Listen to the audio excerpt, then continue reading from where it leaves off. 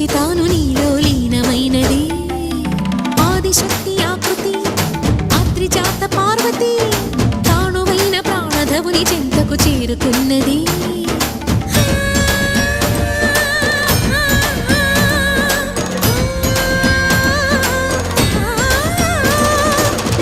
భువికి తరలించేలా ధరణి దివిని తలపించేలా